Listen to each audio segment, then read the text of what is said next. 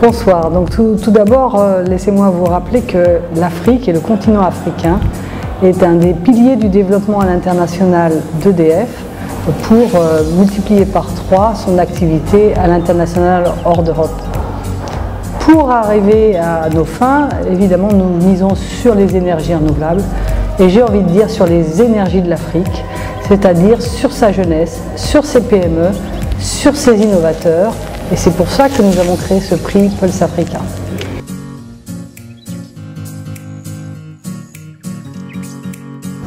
EDF est une entreprise qui prend en très grande considération la place des femmes, d'une façon générale, dans son organisation et dans son environnement. Donc nous avons des politiques salariales spécifiques pour soutenir le développement professionnel des femmes. Donc l'Afrique et notre activité en Afrique n'échappe pas évidemment à cet axe très important pour nous. Dans les prix Pulse Africa, nous avons tous les ans des femmes candidates, ce dont je ne peux évidemment que me réjouir. D'ailleurs, les deux premiers prix des années précédentes ont été remportés par des femmes. Cette année, effectivement, il y avait deux candidates et une lauréate.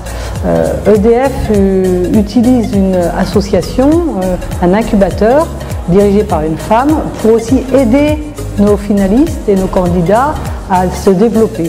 Et cette association fait aussi de la formation pour les jeunes femmes et nous finançons des jeunes femmes pour la formation au métier du renouvelable et des installations solaires. Donc tout ça pour vous dire qu'on fait tout ce qu'on peut pour accompagner le développement des femmes, y compris dans les métiers techniques.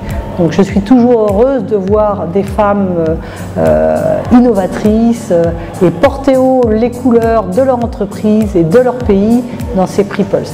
Cette année, nous avions une Mauritanienne, c'était la première fois que nous avions un représentant féminin et même un représentant tout court de la Mauritanie au prix Pulse. Donc c'était vraiment un grand plaisir pour moi de découvrir à travers elle le pays, sa culture et sa capacité d'innovation et d'adaptation aux enjeux de l'électrification rurale notamment.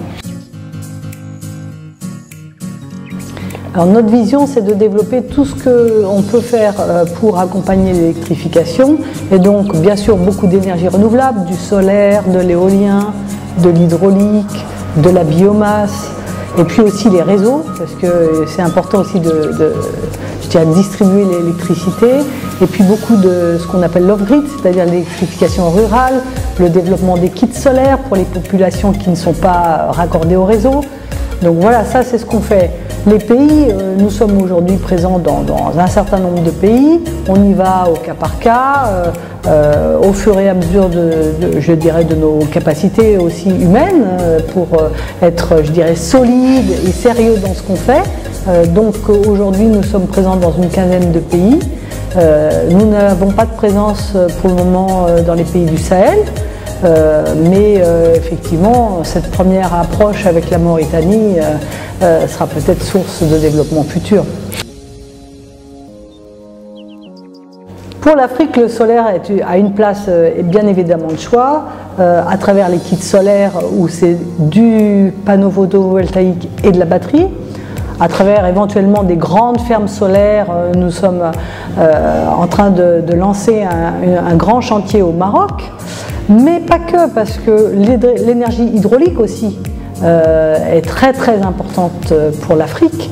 La biomasse, parce qu'il y a beaucoup d'agriculture et de déchets de l'agriculture avec lesquels on peut faire aussi de l'électricité. Du vent, parce qu'en Afrique du Sud, au Cap par exemple, ou sur les côtes du Maroc ou de l'Égypte, il y a aussi beaucoup de vent. Donc il y a tellement de besoins que je pense qu'on ne peut pas dire qu'il y a une énergie, il faut toutes les énergies pour répondre aux défis de l'électrification de l'Afrique. En fait, ce qui est très important pour l'énergie hydraulique, c'est de développer cette énergie de façon durable et respectueuse des populations locales et des considérations environnementales et sociales. Donc nous, en tant que développeurs, nous prenons une grande attention à ne pas avoir de zones d'inondation trop importantes, à préserver la faune et la flore locale, à ne pas déplacer trop de population et donc à faire de cette énergie une énergie bon marché, soutenable, avec un vrai bénéfice pour les populations environnementales qui sont, je dirais, dans les bassins hydrauliques en question.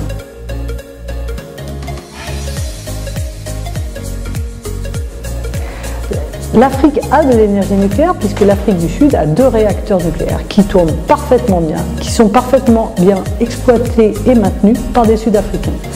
Donc l'énergie nucléaire est une énergie accessible à certains pays d'Afrique qui ont d'abord le réseau capable, je dirais, de prendre toute cette énergie. C'est souvent des grosses unités. Et il suffit de former, d'accompagner et d'avoir une vision stable de long terme. Je vous dis Orano.